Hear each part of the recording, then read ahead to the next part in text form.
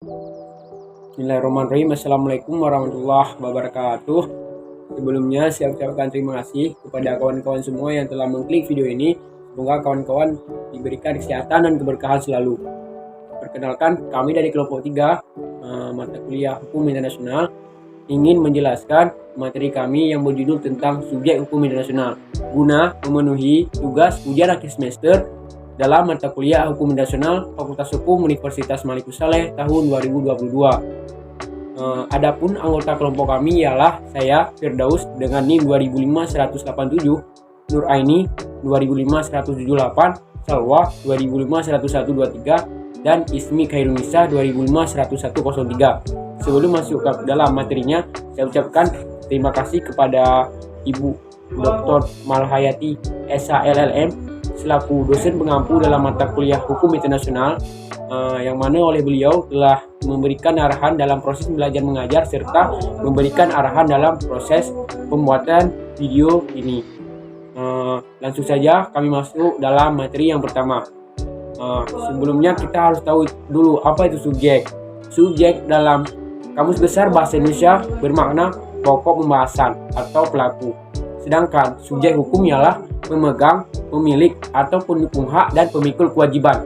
Yang dimaksud di sini ialah individu dan badan hukum. Sedangkan subjek hukum internasional adalah setiap pemilik, pemegang, atau pendukung hak dan pemikul kewajiban berdasarkan hukum internasional. Adapun jenis-jenis subjek hukum internasional yang pertama ialah negara. Negara menjadi subjek utama dalam hukum internasional ini. Mengapa? Karena negara yang dimaksud adalah negara yang berdaulat dan memiliki pemerintahannya sendiri.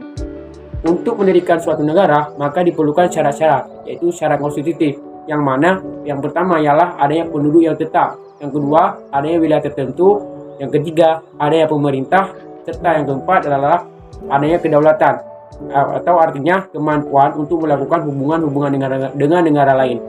Apabila tidak dipenuhi syarat-syarat konstitutif ini, maka suatu negara tidak dapat diakui dalam dunia internasional. Dan materi selanjutnya akan dibacakan oleh saudari Nur Aini. Baiklah, selanjutnya yaitu organisasi internasional. Organisasi internasional atau organisasi antara pemerintah merupakan subjek hukum internasional setelah negara, yang mana negara-negaralah sebagai subjek asli hukum internasional yang mendirikan organisasi sebagai subjek asli hukum internasional. Walaupun organisasi ini baru lahir pada akhir abad ke-19, akan tetapi perkembangannya sangat cepat setelah berakhirnya Perang Dunia Kedua, yang mana fenomena ini berkembang bukan saja pada tingkat universal tetapi juga pada tingkat regional. Kemudian tujuan organisasi internasional.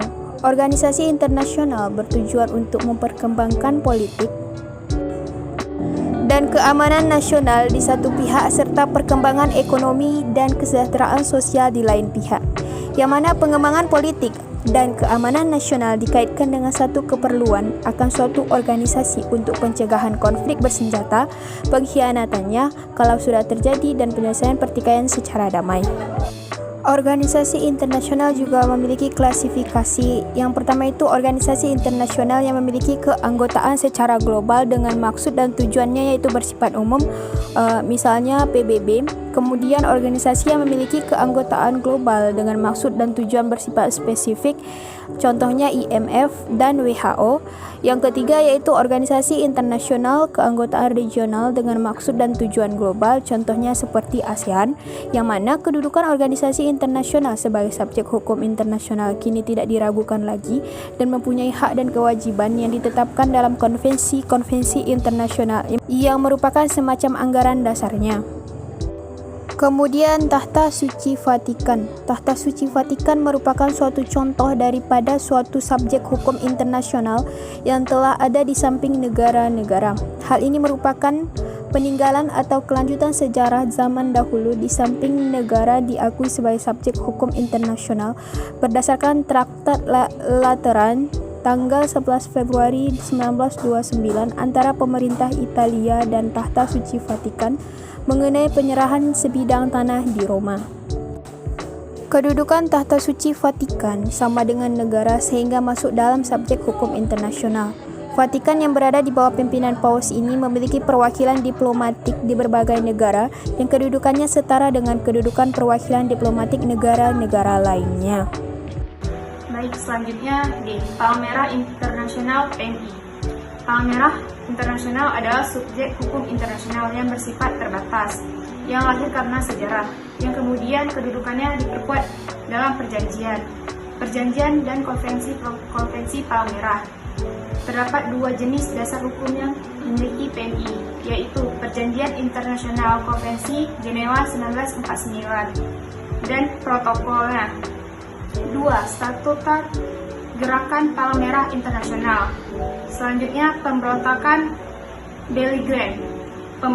Pemberontakan Belgrade di dalam hukum internasional dengan tujuan untuk mendapatkan pemahaman mengenai status pemberontakan sebagai subjek hukum internasional, termasuk konsekuensi pasca diakuinya statut mereka sebagai Belgrade atau beralihnya kelompok-kelompok yang dimaksud dari subjek hukum domestik menjadi subjek hukum internasional. Baik, selanjutnya disampaikan oleh rekan saya Ismu.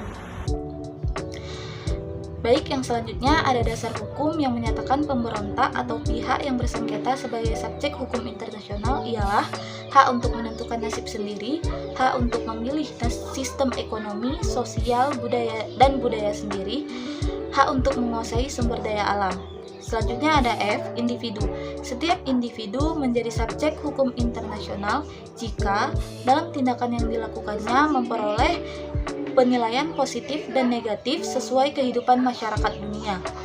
Diperkuat dengan Deklarasi Universal tentang Hak Asasi Manusia atau Universal Declarations of Human Rights pada 10 Desember 1948, diikuti beberapa konvensi hak asasi manusia di berbagai kawasan.